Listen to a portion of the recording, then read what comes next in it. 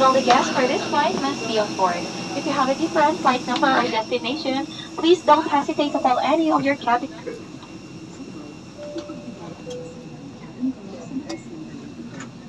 Ito siguro ako siya.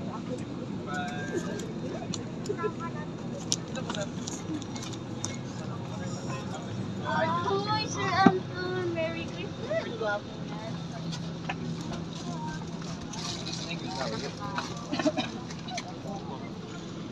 Ay, sorry.